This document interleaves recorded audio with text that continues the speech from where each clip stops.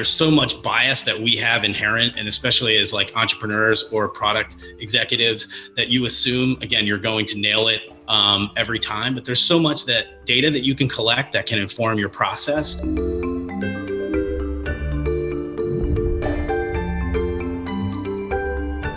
Welcome everyone to UpTech Report. This is our Applied Tech series. UpTech Report is sponsored by TerraLeap. Learn how to leverage the power of video at terraleap.io. Today, my guest, I'm joined by Chris Cera, who's based in Philadelphia, Pennsylvania. He's the CEO of Arcweb Technologies. Welcome, Chris. Good to have you on. Pleasure to be here. Thank you.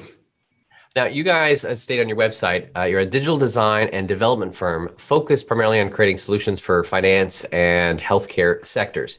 Now, generally, folks who are on our series, we're interviewing on the tech product side, a SaaS solution. But I'm intrigued to hear two pieces in our conversation today. One is, why would someone want to use an external team? And when does it make sense for that? And if so, what is it like to work with you or another company like you? And then the other piece is, we had talked earlier about this new healthcare act that's coming into play. So people who are building new technology or want to take advantage of that this new act that's happening in healthcare, I'm excited to dive into that. But first, let's dig a little bit more. You mentioned those are the two sectors that you focus primarily on, right? That's correct. Yeah, we specialize in engineering digital solutions for executives building new businesses.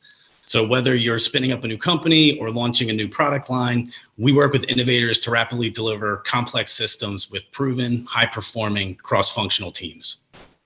Gotcha. So those who are, give me some examples of some of the companies you're working with and where you come in and play a role. Sure. So we work with a lot of large companies such as Capital One, Fidelity, Envestnet, Yodlee, Penn Medicine.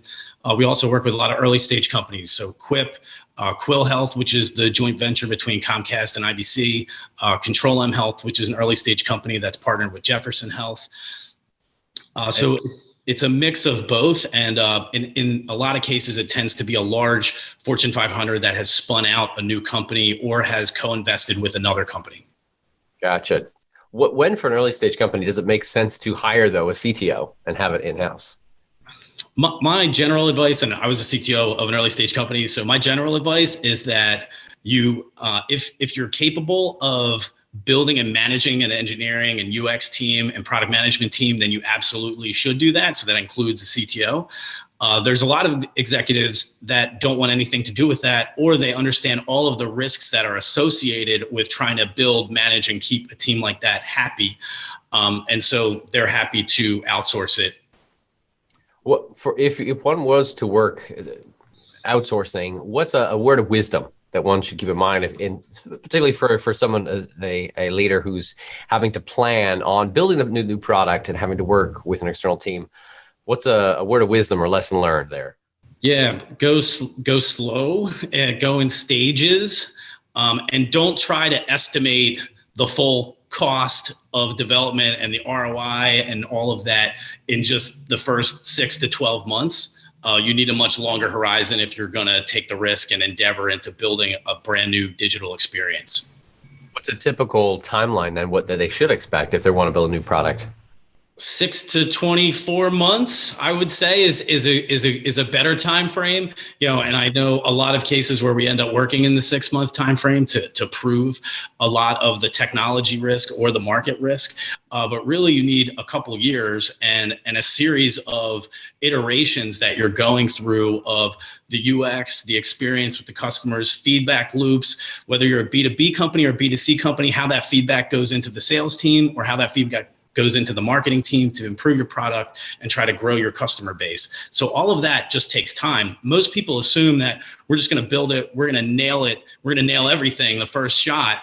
And there's no extra breathing room for the iterations and the design times and redesign and refactoring that's required to do all of that. I was actually just talking to a CTO of another company, and he actually wished they had spent more time as just a stealth company, 2 years, he actually said, and just building the product. And it sounds like it actually kind of lines up with what you're recommending anyways, whether you're building yourself or you're hiring someone else to spend that 1-2 years to develop the product effectively. Sure. And I mean, there's a lot of customer development that you can do before you even build and do hire software developers to actually build the experience. So we put a lot of emphasis from our UX practice to create experiences that you can walk customers through before you build and do any of the engineering. And so on the B2C side, you can record users as they walk through experiences. You can ask them to audio dictate what they're thinking, what they're seeing as they're going through the experience, and do focus groups and studies. And then for B2B companies, you can basically give demos that you can arm your sales team with, and they can actually walk through legitimate sales processes of actually trying to sell essentially this vaporware. So there's so much that you can do before you even get into the actual building and the implementation, and all of that should be done.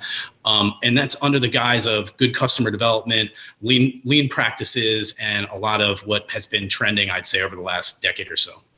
Chris, you've been running this company for coming up on 10 years, Arcweb Technologies, but you've been CTO for another 7, 8 years previously. Vuzit, right? Yes. Yeah, Vuzit. And that was acquired by? AccuSoft, Right. document management software company in Florida. Gotcha. Now, over the years, I mentioned product development and building new software is continuous to evolve and change. So, especially in today's technology and environment going forward, are there any insights that you can share? If someone says that they're planning on building a new product, how should they think about it in today's environment? So there's so much that you can do, like I was saying, in terms of gathering evidence, collecting data. There's so much bias that we have inherent, and especially as like entrepreneurs or product executives, that you assume, again, you're going to nail it every time. But there's so much that data that you can collect that can inform your process.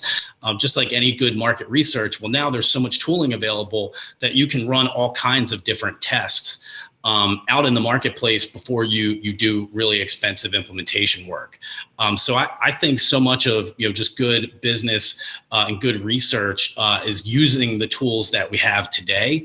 And there's still a lot of entrepreneurs that are building their businesses. I would say how we built businesses over a decade ago. They raise a finite amount of money. Everything's got to work in that timeline, in that budget, and there's no sort of room outside of it. So it's just a challenge. Transitioning now to this, the Cures Act, and how that's going to kind of change things. Obviously, you're heavily invested in helping a lot of healthcare product companies and tech companies. First up, what is this Cures Act, and how is it changing things? Sure. So the 21st Century Cures Act was something passed in Congress years ago, and then it's passed on to government agencies, which is the Office of the National Coordinator, ONC, and then Centers for Medicaid and Medicare, CMS, to write rules, they call them rules, that are then implemented by industry. And so next year, presently in July of 2021, begins the enforcement discretion for a very specific rule, which is called the Patient Access API, which all healthcare insurance companies, any private insurers, need to make through an API, all of the clinical data that they have, all of the claims data that they have, and any encounter information that they have about your physician encounters, anytime that you request it using third-party applications. So for instance, Google and Apple already have digital health interfaces in their phones. They're going to be able now to tap into your private insurers. Let's say you had 3 private insurance companies because you switched jobs multiple times or switched to your partner's insurance company. You'll be able to basically query all of them and get that information that they have into your phone. So this is really the first time that this information is going from the space of HIPAA for the health insurance companies, which is governed through HIPAA legislation, into now the Federal Trade Commission. So you're going to see a lot of personal health information that's now under the scope of ordinary Federal Trade Commission data, just like we have with our banking data. A lot of our e-commerce data all falls into that jurisdiction. So this will be the first time that that's happening for healthcare data. And so much of it is focused on bringing healthcare into the 21st century, and giving consumers a lot more choice around their data, portability, transparency, and things like that. How does this then affect both the consumer? You talked a little bit about it. Effectively, that means they should get access to their healthcare data easier. But from the tech side, that means those who want to build applications now should get API access to any potential data that consumers may have and be able to pull that feed in, correctly? Correct. Yeah. So this will mostly impact right away B2C companies that have offerings to the consumer. So we can easily see something that helps you choose an insurance plan based on the benefits that you presently have and benefits that are presently available. The ability to shop, live essentially is something that's going to be enabled. There's also going to be all types of digital health and digital wellness companies that'll be able to tap into this data. And then pharmaceutical companies and medical device companies, which are mostly regulated by the FDA, would also have some ability to also request this data. And so it also has a whole interesting set of experiences that you can build for consumers based on that. The upsides of having this, more, I guess, transparency, more data just everywhere, everyone can access that. Did I get that? Would you say anything different to that as well? Yeah, patient transparency is a big part of it. So in essence, you can't have these companies aren't supposed to have any information about you without being able to share it with you at some point as well. So that's a big part of this. The fact that now a series of applications, so it's not just going to be the large tech companies like Google and Apple. This functionality is available basically to the entire market. So we're going to see all kinds of innovative solutions that we've never seen before, and ways that data gets mashed together in ways that you haven't been able to in the past. And in general, I think there's a lot just in day-to-day life of ordinary consumers when they have access to this information that's just going to benefit them right on the spot. And it's not just going to be you, it's also going to be caregivers. In the cases of families that take care of you, this is available to your caretaker in a family situation. So there's a lot of benefits from a transparency and just an overall consumer perspective. Yeah, I mean, people don't, for those who are afraid then to suddenly everybody have access to all my data, it's still permission based, right? So people can build applications connecting to the insurance companies with the API connection, but it's still a consumer that says, hey, okay, now I will give you said tech product access to my data, but it's still them giving the permission. Correct. Absolutely. So it's using the HIPAA right of access. So your personal right to access your medical records, and it's a digital and electronic version of that. So you as a consumer, they're going to display some warnings to you, telling you that, just be sure you know who you're trusting, all of those types of questions. There's a whole series of them, almost like a nutrition label that is being deliberated. And there's a group called the Karen Alliance, which is a private, public, and really open group organization that's focused on the commercialization and the standards around patient identity, the protocols for accessing the information, and a number of other things surrounding this area. They're the leaders in this area. Are there any downsides to this, or any bad predictions that you can see?